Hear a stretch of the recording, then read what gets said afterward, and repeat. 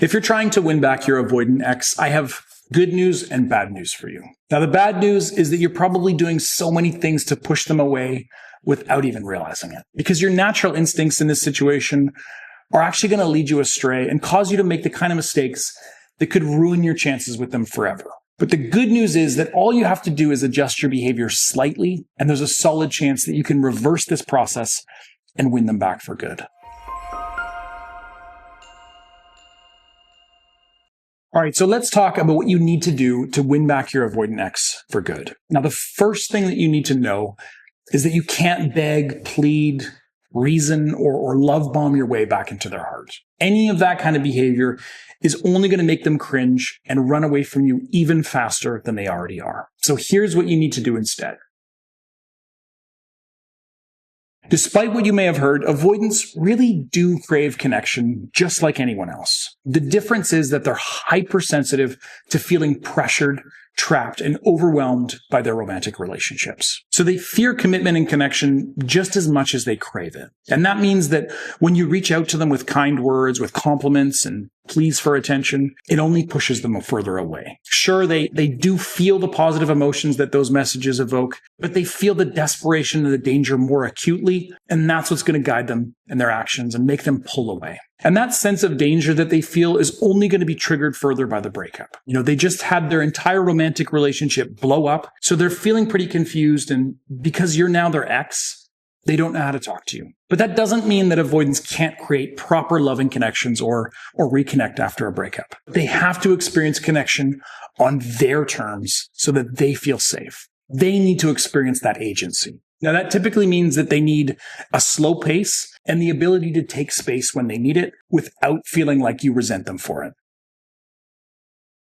When you're trying to reconnect with an ex, questions are going to be a great way to get them to talk to you and to open up. But you need to be wary which questions you ask, as well as how frequently you actually ask them. Now, frequency is important because of the way that avoidants tend to retreat from conversation. So here's an example of a pattern that can cause issues between you and your ex. When you're trying to reconnect with them, you want to get them talking. So you ask them lots of questions. Maybe they give you one-word answers or they leave you on red. And since they don't ask you anything in return, you feel like you have no choice but to follow up with another question. And this can quickly start to feel like an interrogation or a job interview. And ironically, even though you're the one taking all the chances in this conversation, it can feel like you're putting all the work of the conversation onto them. I mean, it's easy to ask questions. They have to come up with answers to this barrage, while you really share no information about yourself. So to avoid falling into this trap, you need to change tactics. You should offer a little bit of information about what you have going on instead of leaning so hard on the questions. In fact, it's best to do it in a way that really doesn't require any input for them at all, at least at first. So you can say something like, I just picked up some food from that Tibetan restaurant down the street for the first time. Can't believe that I've lived here for 3 years and never tried it. So good. Anyways, hope you're having a great day. That's kind of a corny basic example, but it's a good way of just reminding them of your existence without forcing them into conversation that they might not be ready for. I know it's hard when it feels like your ex is giving you the cold shoulder, but remember, this is just a product of their attachment style. It's going to take them a little while to warm up to the idea of the two of you actually speaking again. And the other thing you need to be careful of is the kind of questions that you're asking your ex. So if the two of you are speaking regularly, obviously, you're going to have to ask them questions just to keep the conversation going, but there's definitely certain topics that are going to be off limits. So basically, you want to avoid asking any kind of questions that will trigger their avoidance and make them pull further away. And their avoidance is triggered by feeling pressured. So any questions about when you're going to see them, why they're being quiet, who they're dating, if they miss you, these are all going to show your ex that you're obsessing over them, and that's going to put them off in a major way.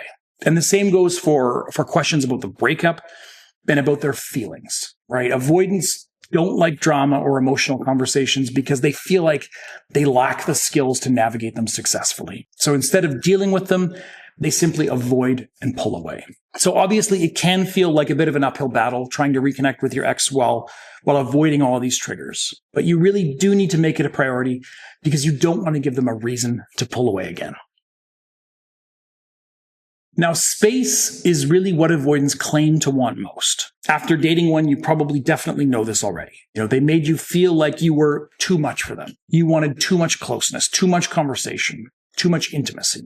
And ultimately, if you refuse to give them all the space that they felt like they needed, because, you have needs too, then it probably contributed to the breakup. But whatever happened, now is the time that you need to be listening to their requests and respecting their boundaries. Because giving your ex space can literally save the relationship and prevent them from moving on and leaving you behind. Because the truth is that while space is comforting to an avoidant, too much space can actually trigger them to come back to you after just a short time. Typically, the pattern will go something like this. You chase your ex and they pull away. Eventually, you get the memo and you give them space. You pull away from them completely and let them be truly alone for the first time since the two of you met. Now, at first, they're going to feel relief. Relief from the emotional demands that you were putting on them. Relief from the confusing feelings that your presence carried. But that relief will soon sour. Because without your input, your ex is going to be truly alone and they'll have to face that loneliness head on. Because here's the thing, your ex blames a lot of their bad feelings on you. This is the coping strategy of an avoidant, projection.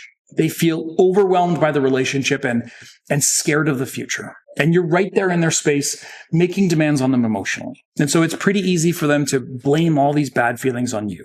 But when you disappear completely, they finally realize that all this negativity is coming from within. They see that, you weren't the source of their sadness and their feelings of disconnection. In fact, you were the one keeping them grounded and showing them the unconditional love and affection. So by giving your ex the maximum amount of space possible, you allow them to process their feelings and come to the conclusion that you weren't the problem, they were. And remember when we talked about your ex needing to feel agency? Well, this is the perfect example. When you were chasing after them, they became reactive, keeping you at bay and running away. But now that you're really truly gone, they start to make decisions for themselves. And one of these decisions is typically going to be to reach out to you and try to reconnect. But if your ex is staying quiet and refusing to talk to you, then you might need a more aggressive approach. So please head over to breakupbrad.com/coaching to connect with me personally. And together we'll work out a strategy based on your specific situation. I've helped so many people win back their exes, so I promise you will be in good hands. Again, get all the information and sign up today at breakupbrad.com/coaching. All right, and now let's move on to number 4. So if your ex does reach out to you after a period of silence, it can feel like a turning point. And honestly, it is. But it's not the one that you think. It's not the moment that you and your ex finally let down your walls, jump back into each other's arms, and ride off into the sunset. Just because they've started to warm to you again doesn't mean that their avoidant attachment style is suddenly gone, and that they're going to change their personality completely. They're still the same person that they always have been. And while they started to process the breakup, they're still feeling very vulnerable about really everything that went down. So whether they hurt you or you hurt them, they're definitely going to feel uneasy about the idea of connecting again.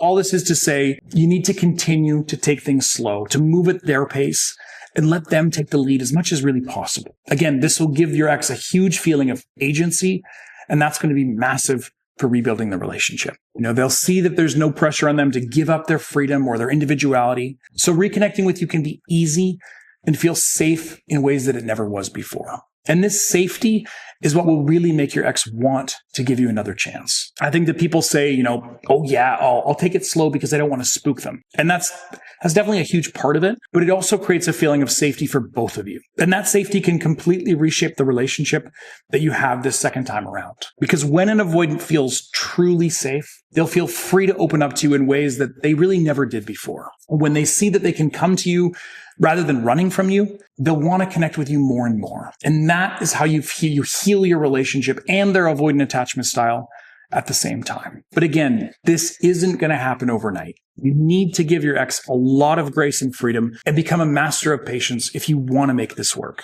Truth is, dating an avoidant isn't for everybody, but those who are able to weather the storm find that they are able to build a relationship that's often just as rewarding as any other. So to summarize briefly, you need to fight your own instincts here. I know that you're really scared right now, and so it feels like you need to cling to your ex so that you can just feel better. But I think you know that won't actually get you what you want. But if you can calm your nerves, back away, and think about what's actually going on for your ex emotionally, you will be able to reconnect in a way that lasts. And pretty soon, this breakup will just become a small detour in your life's journey together.